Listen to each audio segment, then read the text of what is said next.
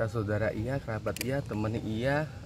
Soalnya sama Empok ini deket ya, mungkin Mas sering lihat juga. Kadang kan saya ngikut juga udah syuting untuk apa kayak gitu sama dia kan.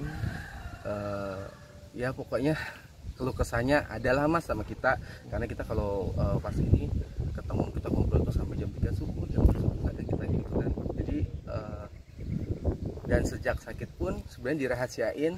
Nah itu pertama yang tahu ya kita, aku tahu juga kayak gitu, karena kan ada beberapa teman kita, maksudnya sama Empok ini yang tahu, dia curhatin ke kita kayak gitu, orang-orang dekat. orang-orang dekat juga gitu. Jadi ya gimana ya Mas ya, ya ikhlas aja lah. Bismillah, mudah-mudahan surga tempatnya Reina, yang ditinggalkannya tabah ya, maksudnya anak-anaknya Bang Haji bisa kedepannya lebih baik lagi.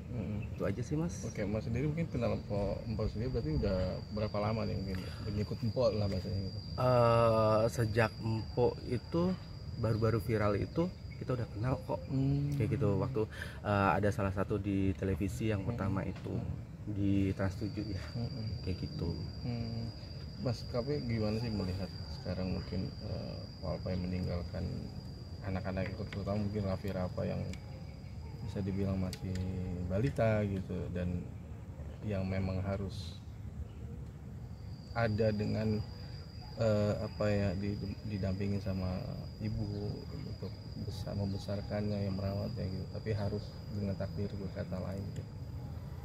Nah itu Mas, kemarin apalagi pas mau ditutup kain kafan kan, anaknya yang si Raffi Rafa itu kan dekat ya, itu sangat sedih banget ya. Ya doa yang terbaik aja buat si kembar ya, sama si kakak si Fatih sama si Sherly juga, tentunya Bang Haji juga, mudah-mudahan kedepannya lebih baik. Itu aja sih. Kak, ini melihat perjuangan Po Alpa gimana sih Kak, kayak melawan sakit dan juga waktu pas itu sambil mengandung juga kan ya?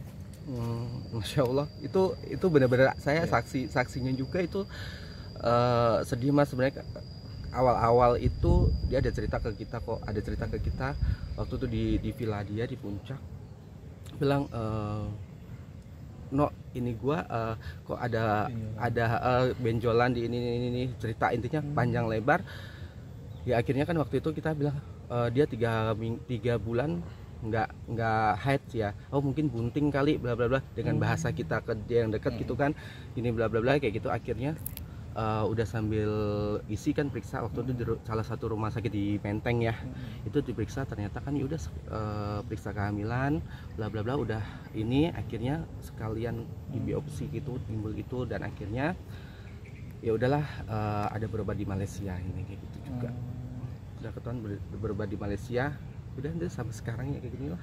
Oke Mas, tapi gimana sih Mas, mungkin Mas yang kerabat dekat gitu, ada nggak sih mungkin yang Mas ingat Empok tuh mungkin nyeletuk atau ngomong apa, atau mungkin ngasih sesuatu ucapan yang gue pengen mewujudkan sesuatu yang pengen nih gue wujudin nih gitu, atau impian Empok yang mungkin orang-orang mungkin belum banyak yang tahu gitu Empok mau apa sih gitu.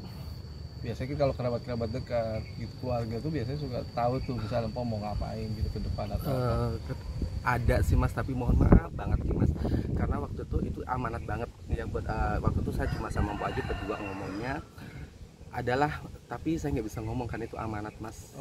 Tapi tadi aku juga udah ngomong sama salah satu keluarganya bahwa ini udah aku sampaikan gitu aja sih.